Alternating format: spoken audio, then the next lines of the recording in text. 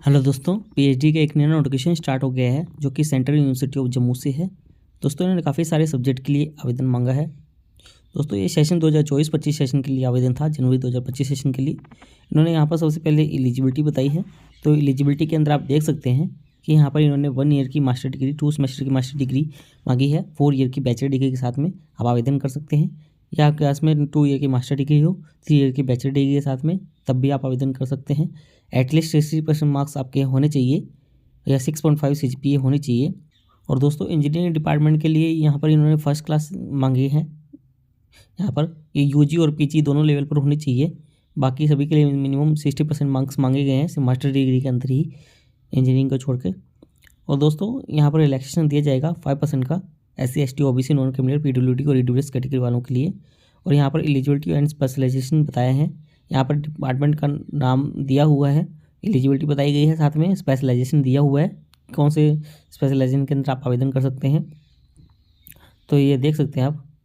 और दोस्तों, यहाँ पर ये आप देखेंगे तो यहाँ पर इन्होंने PhD computer science and engineering के अंदर इन्होंने बताया है कि मास्टर डिग्री हो रेलिवेंट सब्जेक्ट के अंदर, जिनमें कि MTech ME कंप्यूटर साइंस के अंदर हो, इंजीनियरिंग इंफॉर्मेशन टेक्नोलॉजी के अंदर हो, रिकॉग्नाइज्ड यूनिवर्सिटी से, और स्पेशलाइजेशन बताया गया है।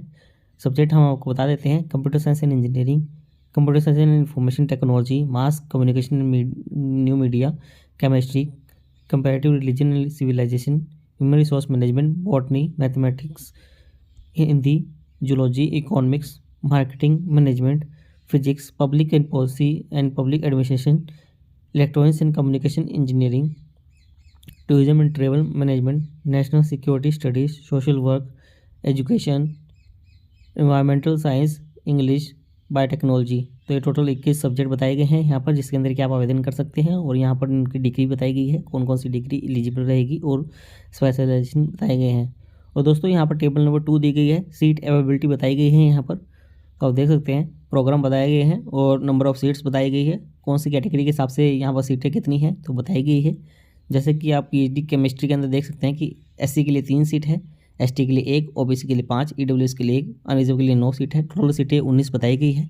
तो आप अपनी कैटेगरी के हिसाब से देख लीजिएगा, हम आपको टोटल सीटें बता देते हैं। तो यहाँ पर केमिस्ट्री के लिए 19 सीट है, बायोटेक्नोलॉजी के लिए 23 सीट है, computer science and information technology के लिए 7, कंप्यूटर साइंस एंड इंजीनियरिंग के लिए 31, ह्यूमन रिसोर्स मैनेजमेंट के लिए 18, मैथमेटिक्स के लिए 22, मार्केटिंग मैनेजमेंट के लिए 11, इलेक्ट्रॉनिक्स एंड कम्युनिकेशन इंजीनियरिंग के लिए 42, फिजिक्स के लिए 44, टूरिज्म एंड ट्रेवल मैनेजमेंट के लिए 8, बॉटनी के लिए 15, कंपैरेटिव रिलीजन एंड सिविलाइजेशन के लिए 9, इकोनॉमिक्स के लिए 10, एजुकेशन के लिए 6, इंग्लिश के लिए यहाँ पर 14 सीटें हैं, हिंदी के लिए 9, मास कम्युनिकेशन के लिए 10, नेशनल सिक्योरिटीज़ के लिए 3, public policy and public administration के लिए यहाँ पर 9 सीट बताई गई है, सोशल वर्क के लिए 8, जूलॉजी के लिए 14।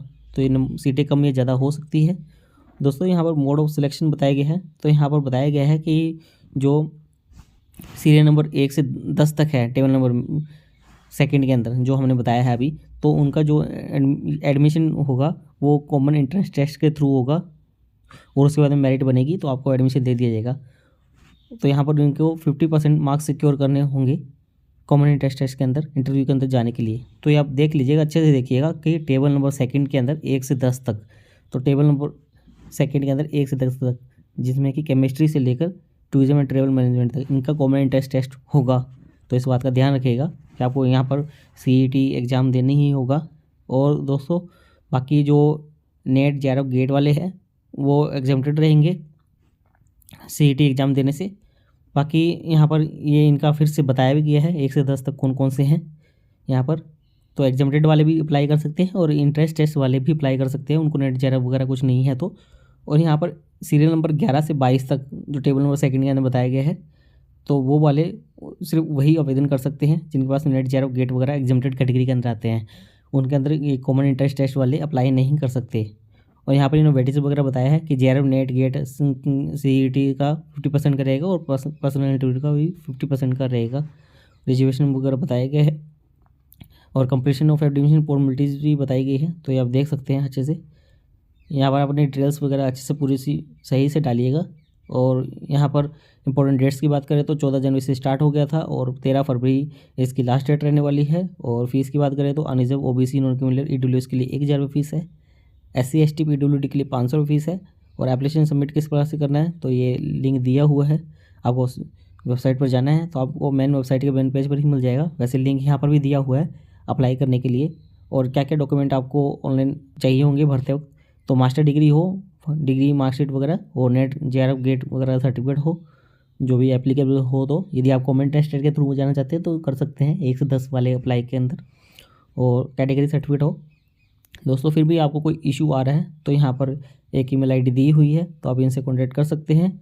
दोस्तों उम्मीद करते हैं आपको हमारे द्वारा दी गई जानकारी अच्छी लगी होगी। यदि आपको हमारे द्वारा दी गई जानकारी अच्छी लगी हो तो आप हमारे चैनल को सब्सक्राइब कर सकते हैं, और आप हमसे टेलीग्राम पर भी जुड़ सकते हैं ऐसे ही PhD से रिलेटेड नए अपडेट के लिए।